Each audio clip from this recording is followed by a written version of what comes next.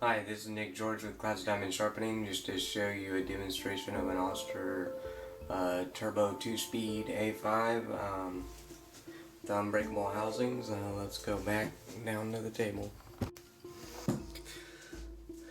Okay, so the first thing we're going to check is the lever, since that drives the blade and that's where the main problems occur. And if you notice, hear the clicking? It's a little loose, see it? Moving around? That's bad. So we're going to go ahead and take this apart. We'll see how it runs. Runs okay. Sounds like it could use some oil. Sounds like it has some hesitation spinning. So that's good that she's getting this service. She asked me to make a video of it. So I did. So I'm going to. So usually this occurs if this is worn out. The lever will move around. This shaft is broken. This gear will move around and it'll make the lever move around. But you don't want this lever to move around at all, because that's just play. It's not gonna have to cut. See how much it's wobbling? That means it ain't gonna cut that much, and it's gonna leave little bitty lines, even with a sharp blade. Okay, so if you look even closer, you can see the shaft moving. I can. I don't know if you can. Look at the shaft. That's bad. Okay, what that's gonna do is eventually break. Alright, and then since her blade don't rattle, her hinge is probably good. Usually how you can tell if a hinge is bad, if all your blades rattle. That's your first sign. If one blade rattles, it's just the blade. If all your blades rattle, it's the hinge. Okay, so let's get to work.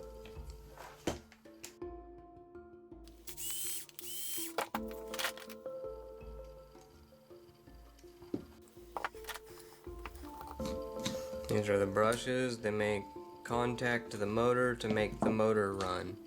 Without these, your motor will not run because electricity will not get to the armature. You put in brushes wrong, unfortunately you'll have to send it to me to pay to get them out, because you'll have to take the whole cover apart, or you cause risk of damaging the armature. So don't put them in wrong. There's little grooves on them. You gotta look for it into the case here. My snap ring pliers and this.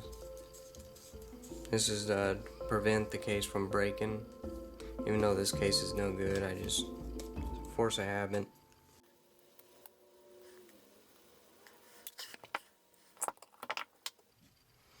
I like to explain this in all my videos. If this is full of grease, you're ruining your clipper, okay? This is called a grease catcher. It catches bad grease that comes off the gear from here. What I see is when people fill this up with grease, these little gears right here that move your big gear over here to drive your lever, they get really sharp and pointed because it's bad grease going through there, and it's just ruining your gears on your metal armature, and they get real sharp, and then they start stripping gears. Also, if your gears are stripping, it may be because of this pole is loose. So yeah, just replacing the gear every time. You might replace a gear, and this is broke, and it's going to strip that gear again. Gotta hit the motor out. What I do is I usually hit the edge here to knock the motor out. Be careful, because you'll break the wires, and if that gets stuck in there, good luck, guys. You're gonna have fun. See, and it's sticking out a little bit, and usually I just give it a little turn and go back. See? Then it comes out nice and easy. See the hair in there, guys? You don't get them serviced, that hair's just spinning in there. Why this is spinning, it's just sitting in there collecting heat. All up in here, just collecting heat. Once this thing gets so hot, I see it all the time. this gets so hot, this warps just a little bit. The metal shaft warps just a little bit, and then this thing is just vibrating just a little bit, and then your clipper's all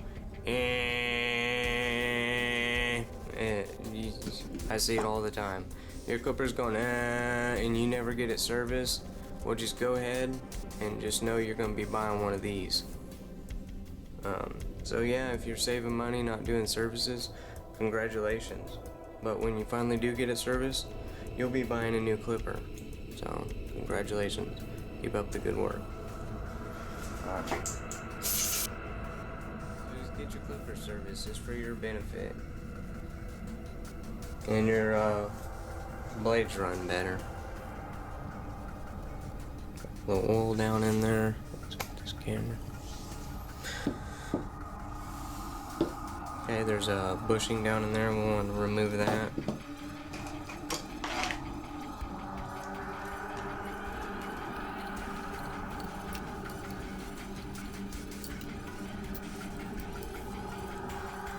Also tell if a hinge is bad if you can lift it up like that. That's bad because that means your blade's not going to hold down as hard as it can. And if that blade lifts up just a little bit, it's going to stop cutting. And then it's going to hurt your lever also because it's going to grind it down while it's not touching the blade correctly. There's a little bushing. Replace that bad boy. I'm going to take out the thrust plate here.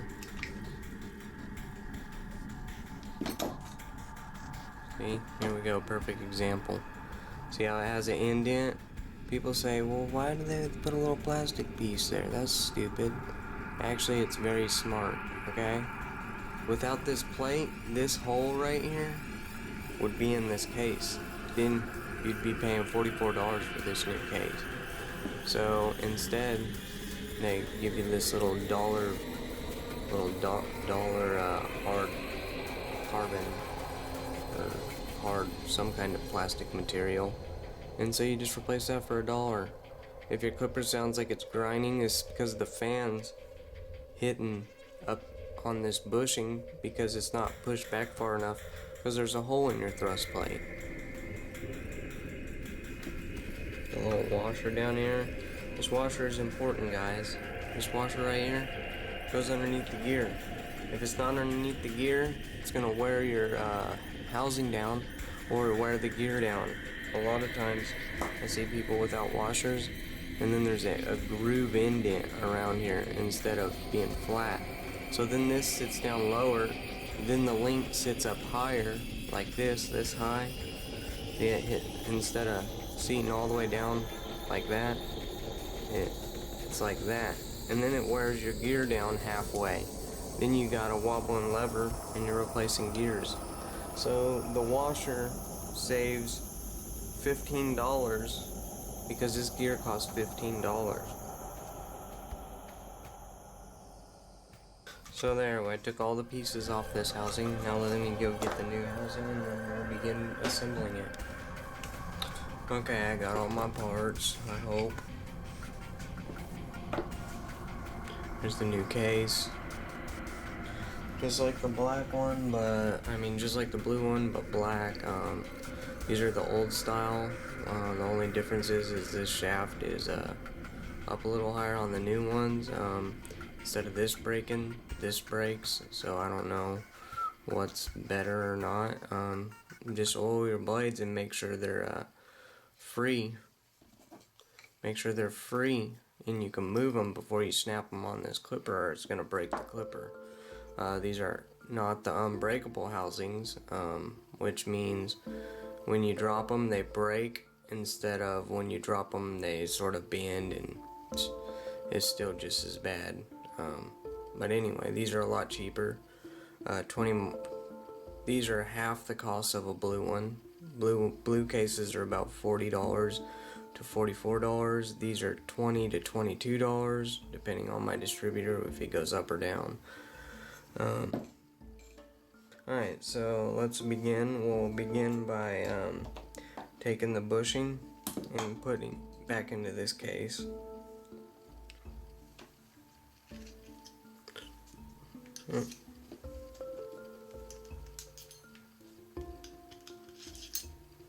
Okay, you want to oil around this cotton.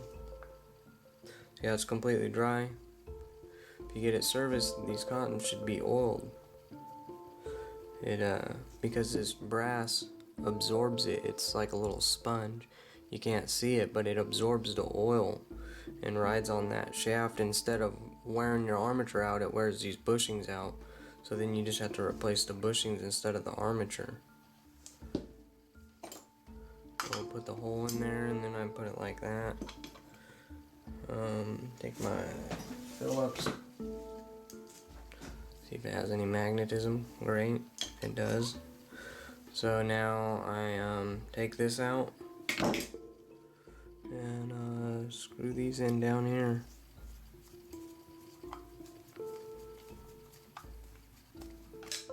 And straighten it up. See how I straightened it up down in there? Go ahead and take the other screw.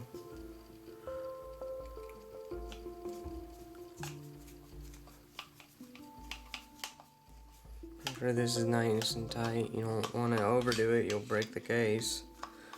I'll make sure it does stop. There we go, it's down in there. Put the thrust plate back in. I just do these first so I don't forget about them. You don't want to have the whole thing back together and then have to take it back apart to put those in. Okay, so now I take the armature, give it a little oil lub.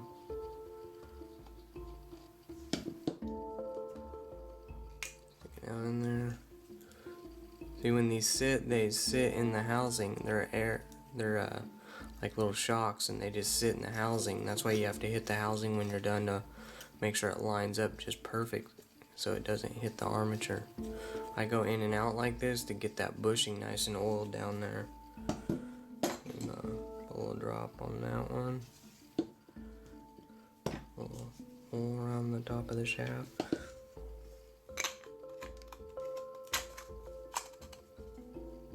Then you line up the brush holes and hit it in.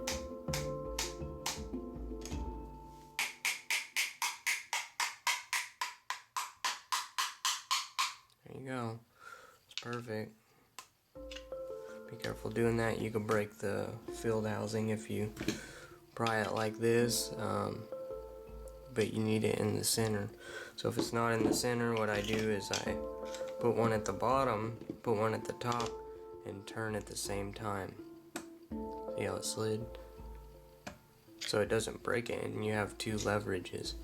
If you only do one, it'll bust that brushing housing if it's too hard to turn. I don't know if that makes sense. Might not have. Makes sense to me, but put the brushes back in. Put them in correctly, guys. Biggest problem I see when people change their own brushes, they put them in wrong. But if you just get your clippers serviced, I check the brushes every time, and I put them in right, and I clean that carbon out of these motors. Just replacing the brushes, this thing's gonna build up heat. Carbon gets in there, it's like just extra heat to hold it in there. It's like wearing a jacket, you know. So clean that carbon out of here. You just can't replace the brushes all the time.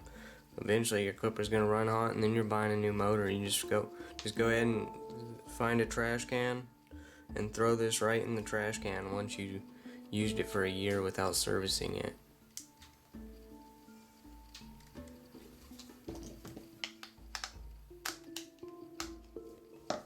There we go. Put this on.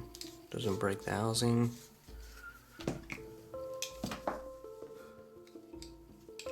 want to put it in between the two contacts here. Don't put it on the side of the contacts or you're going to be done messed up. See how it's the gap in the spring is between these? You want that. If it's over here, well, you're probably not going to get your clipper back together.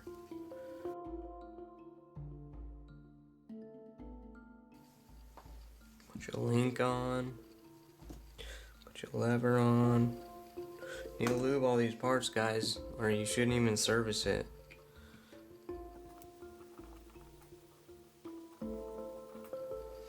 Those are the hair felts, so the hair don't get down in there and tangle up in your gear.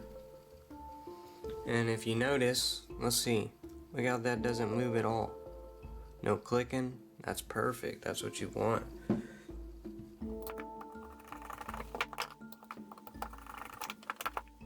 Put your oiler in. They don't have these in the new cases because no one ever uses them. Not even me. I just oil it from the inside. Takes too long to oil it through that little thing. But I'll show you how to do it in a second. Okay, so when it's running, you push this little ball in with your fingernail. Now the newer clippers don't have it, so it's not that important. See it absorb it? Sucks it down in there. But I already oiled it, so I don't need to do that. But that's what that's for.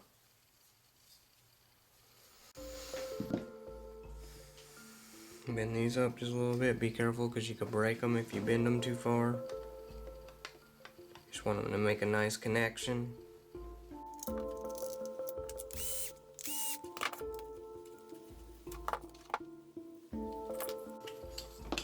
Put your plate on.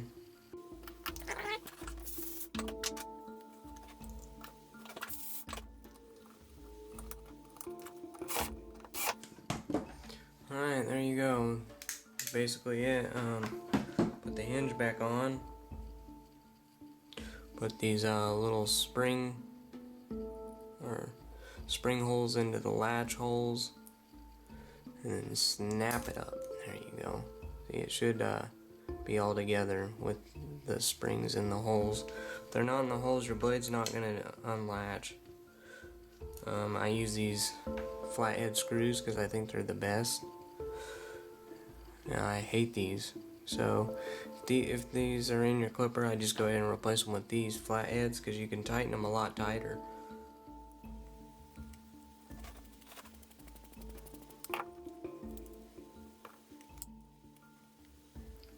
Don't cross thread them, guys.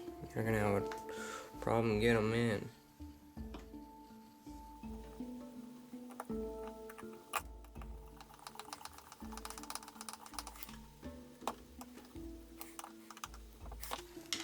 Alright, here we go, it's all together.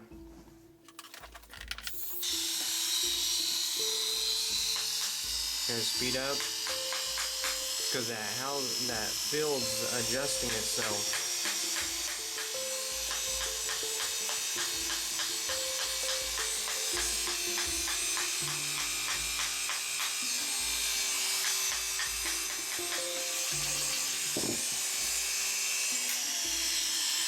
Nice and powerful.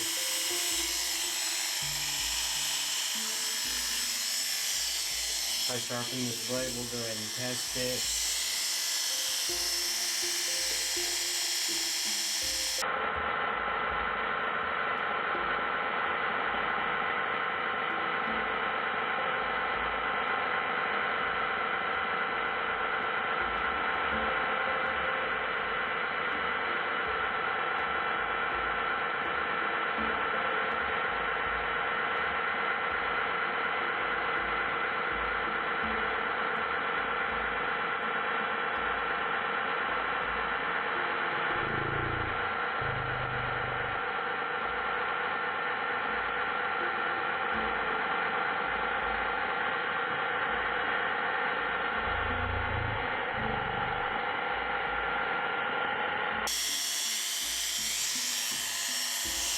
Turbo A5 2-speed housing replacement. If you want the blue, I can get you the blue, add $22 about. So it'd be about $44 just for the case, plus the service. Pretty expensive. Don't oil your blades, guys. It's a lot cheaper than repairing these housings. I'm not saying oiling won't break your housing, it still can break it. Shoot unsharpened blade with too much corrosion on the running surface, it can break your clipper. Putting on a blade with too high of tension can break your blade. Will break your clipper. Well, anyway, just keep.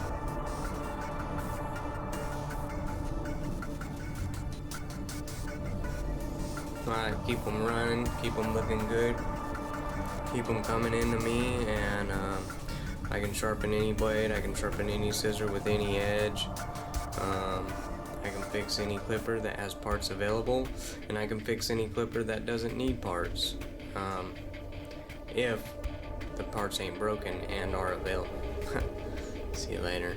Have a good day, guys. Keep watching, keep subscribing. I have 100 videos. Just go ahead and hit them all. They're for your education. Yeah, so see you later.